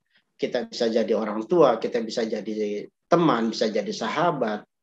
Jadi bagaimana ketika kita melayani jamaat kita juga, kita bisa bisa menjadi beberapa peran yang kita kita bisa jadikan untuk jemaat kita. Ketika kita dengan milenial, kita dengan bahasa-bahasa mereka. Atau ketika kita jemaatnya dengan generasi kolonial seperti saya ini, ya kita dengan bahasa-bahasa yang kita. Jadi tidak ada salahnya. Jadi ya kita sebagai yang mungkin sudah menjadi generasi kolonial, kita juga bisa beradaptasi, menyesuaikan dengan generasi milenial, seperti itu.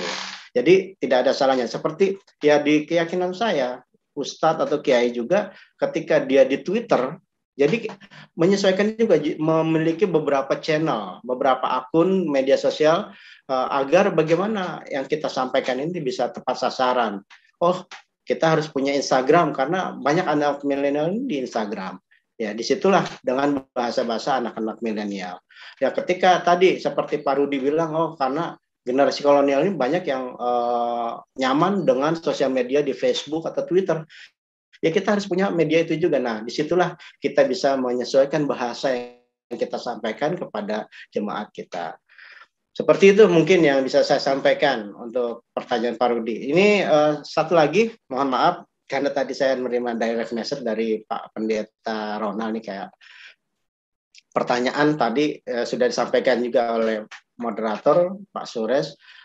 Bagaimana ketika ada penawaran judi online, prostitusi online, terus pinjaman online dan sebagainya datang ke kita, kita mau melaporkan.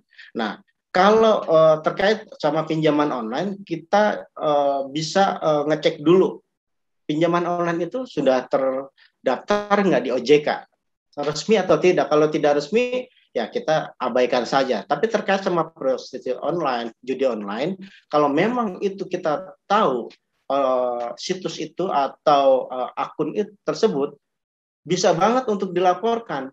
Kita tinggal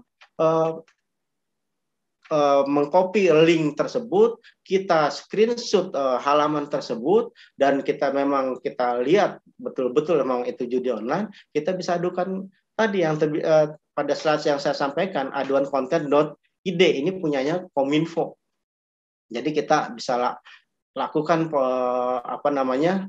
pelaporan, atau tadi minimal kita laporkan ke platformnya, misalkan tadi kontennya judi online atau prostitusi online, adanya di Facebook atau Twitter dan sebagainya, kita laporkan di platform tersebut bahwa itu adalah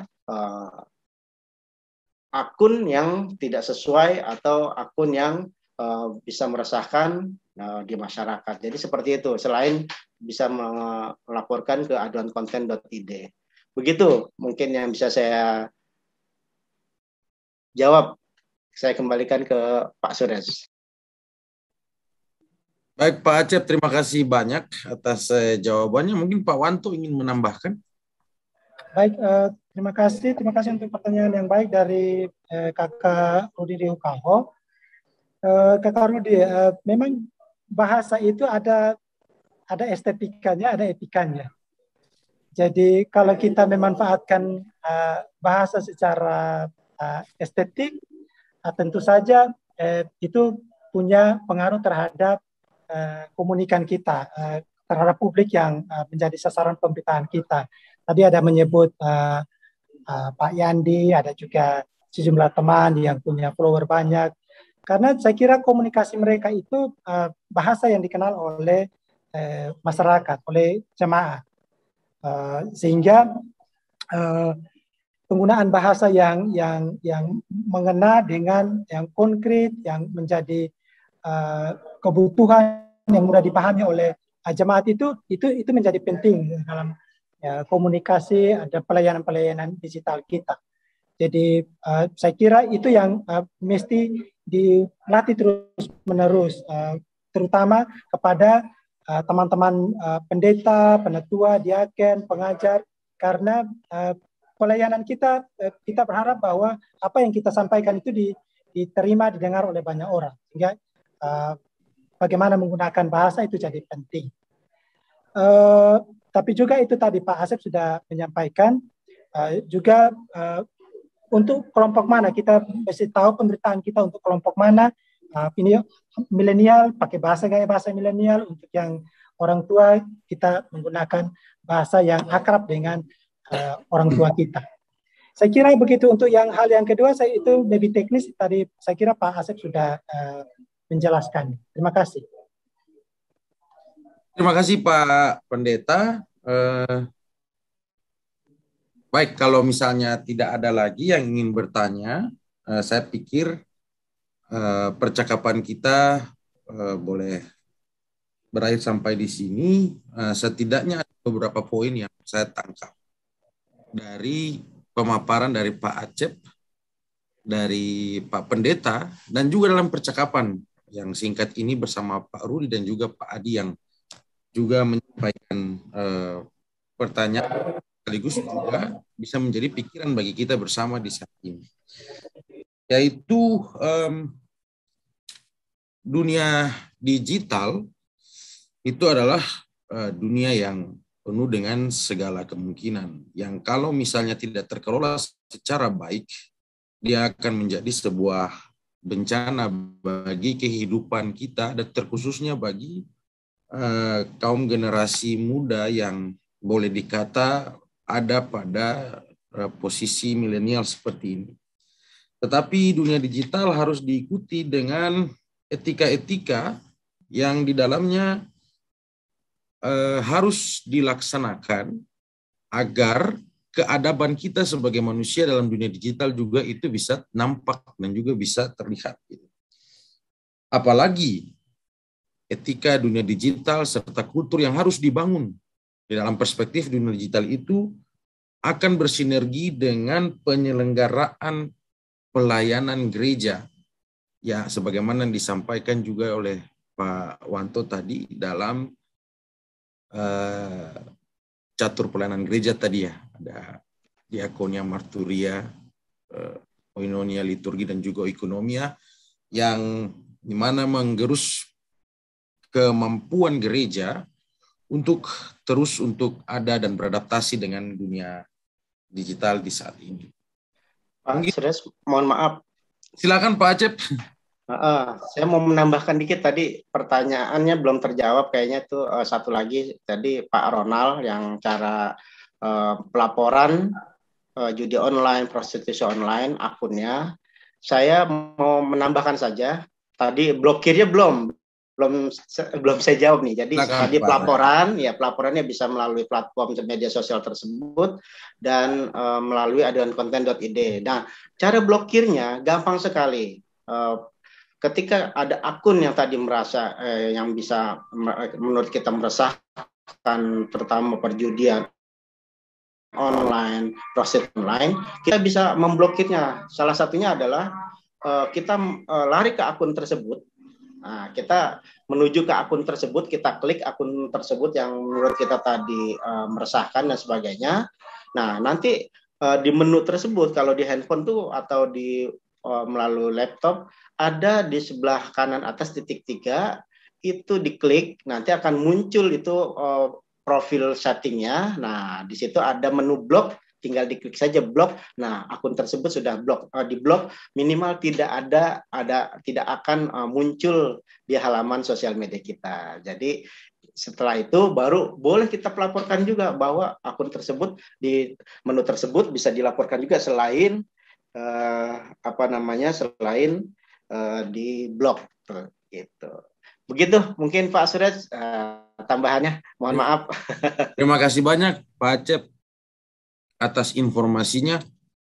Memang kita kadang-kadang pusing juga kalau berhadapan dengan akun-akun yang tidak bertanggung jawab, apalagi sampai harus mengganggu waktu-waktu kita dengan SMS dan juga WA, terus juga postingan-postingan Facebook yang men-tag kita tanpa memberitahu kita.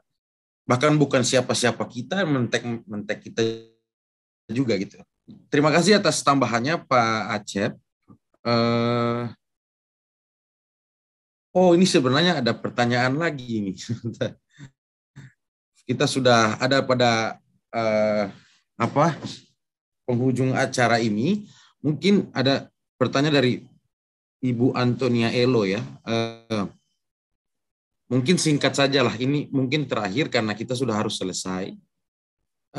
Beliau ingin bertanya mengenai bagaimana gereja memanfaatkan platform digital, dalam hal ini media sosial, IG, WA, Twitter, YouTube, dan TikTok yang lebih menarik perhatian jemaat untuk membaca dan tidak merasa bosan.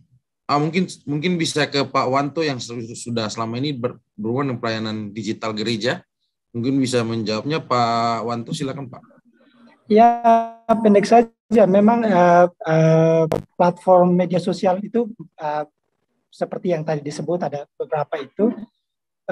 Memang tugas kita pengelola multimedia itu harus kreatif untuk mengembangkan pelayanan kita di situ. Apa yang mau kita kalau memperbaiki kualitasnya terus-menerus.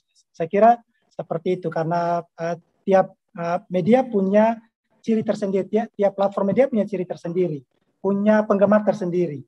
Jadi kita tidak bisa bikin satu model pendekatan untuk semua platform media sosial. Jadi supaya dia jadi menarik, tugas kita adalah melakukan inovasi terus-menerus, belajar, meningkatkan pengalaman kita, kualitas pelayanan kita di bidang tersebut. Saya kira seperti itu. Baik, terima kasih Pak Wanto. Mungkin itu yang terakhir ya, karena tadi saya sudah sampaikan poin-poinnya. Boleh saya tambahkan? Silakan. Pertanyaannya.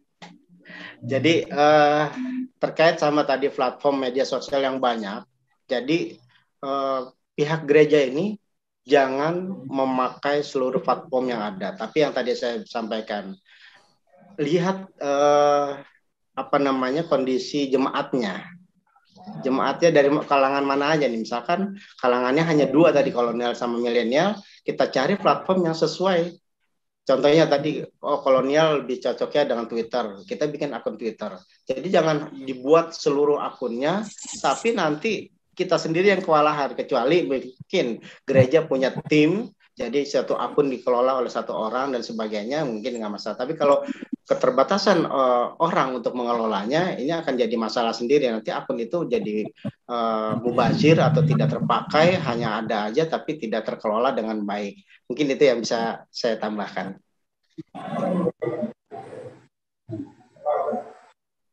Terima kasih Pak Acep. Artinya dengan jawaban Pak Acep tadi, maka kita sudah sampai pada penghujung diskusi kita di saat ini. Untuk itu kami mengucapkan terima kasih kepada Pak dan juga Pak Pendeta Wanto juga yang boleh berbagi terkait dengan materi ataupun juga pengalaman dan juga perspektif pandangan dalam mengelola teknologi digital secara bertanggung jawab. Setidaknya ini menjadi modal kita untuk membangun tengah-tengah tantangan yang kita hadapi bersama, yaitu disrupsi teknologi digital. Saya atas nama panitia mengucapkan terima kasih kepada Pak Acep dan juga Pak Wanto, dan dengan demikian saya kembalikan kepada Pak Philip sebagai host kita di saat ini. Silakan Pak Philip. Baik, terima kasih Pak Pendeta Sures untuk memoderatori acara ini, kegiatan ini yang sudah dilakukan sejak tadi pagi. Dan terima kasih untuk Bapak Ibu yang sudah terlibat dalam kegiatan ini. Dan tadi sudah di-share link daftar hadir. Jika berkenan, Bapak Ibu boleh mengisi atau mengklik daftar hadirnya itu, sehingga kami bisa mendatanya. Dan terima kasih untuk Pak Kang Asep Syaripudin, saya menyebut Kang Asep, teman baik yang sudah mau membantu berbagi informasi bersama kami. Sukses untuk setiap hal dalam kegiatannya, khususnya di ICT Watch. Sama-sama Mas Wenda. Pendeta Wanto Wenda, sahabat saya juga ketika kemarin liputan di NTT, juga bersama-sama. Terima kasih Pak Pendeta, sukses dalam tugas-tugasnya, khususnya di bidang multimedia Sinode Gemit. Dan Bapak Ibu sekalian, sebelum kita tutup dalam doa, saya minta Pak Pendeta Rudi tadi yang sudah bertanya boleh tutup dalam doa. Setelah itu nanti kami akan mencoba atau sharing materi-materi tadi dari Kang Asep, juga boleh di-sharing share di link room chat, sehingga teman-teman semua peserta boleh bisa mendapatkan materi itu. Ada Ibu Pendeta Evelyn itu. Oh, oke. Ibu Pendeta Evelyn boleh kita tutup dalam doa, Ibu Pendeta Evelyn aja. Silakan Ibu Pendeta. Aduh, saya tidak buka kamera karena. Boleh, silakan, enggak apa-apa Bu Pendeta. Ya. Silakan. Baik. Mari sama-sama kita menyatu di dalam doa. Silakan. Kita berdoa. Kami mengucap syukur kepadamu Tuhan untuk kegiatan yang boleh berlangsung dari pagi hingga siang ini bersama para sahabat dari Persekutuan Gereja-Gereja Indonesia, bekerja sama dengan Gereja Masih Injili di Timor, Pak Acep dan Pak Wanto boleh menjadi saluran berkat untuk pengembangan literasi digital yang sementara digalakan oleh Persekutuan Gereja-Gereja di Indonesia. Biarlah kegiatan hari ini menjadi berkat terindah, sehingga semua kami semakin disegarkan dan mampu untuk ada di tengah-tengah perkembangan ilmu dan teknologi. Sebagai gereja kami tidak ketinggalan, tapi kami sungguh-sungguh mampu untuk ada dalam arak-arakan pengembangan pelayanan demi kemuliaan nama-Mu. Bantulah semua sahabat di Persekutuan Gereja-Gereja Indonesia yang begitu giat melakukan berbagai kegiatan, dan berkati sinode-sinode, bahkan hamba-hamba Tuhan yang turut serta mengambil bagian dalam pergerakan ini bersama jemaat-jemaat, dan terutama bagi kami di lingkup Gereja Masih Injili di Timur. Tuhan turut bekerja secara luar biasa untuk menjadi berkat bagi banyak orang. Demi Yesus Kristus Tuhan kami berdoa. Amin. Amin. Terima kasih Bu Evelyn untuk doanya. Bapak Ibu boleh buka kameranya semua. Kita akan foto bersama lebih dulu. Iya, terima kasih Bapak Ibu yang sudah bersedia ikut dari awal sampai akhir. Mudah-mudahan Yakoma, PGI dan Yakoma bisa mengadakan kegiatan-kegiatan serupa literasi digital untuk kebutuhan kita. Oke, kita akan foto satu, buka kamera, baik, satu. Kalau pemerintah bilang literasi digital dengan logo ini, L, gitu ya, seperti Kang Asep bilang. Boleh kita kasih telunjuk dan jempol, literasi digital. Oke, 1, 2, 3. Sekali lagi, 1, 2, 3. Terima kasih Bapak Ibu. Saya mohon pamit, mohon maaf jika ada hal yang kurang berkenan. Sekali lagi untuk Kang Asep dan Pak Pendeta Wanto, terima kasih. Buat Bapak Ibu sekalian juga terima kasih yang sudah bersama kami. Lain waktu kita akan jumpa dan juga dengan kegiatan-kegiatan lainnya. Terima kasih, selamat siang, Tuhan berkati semuanya.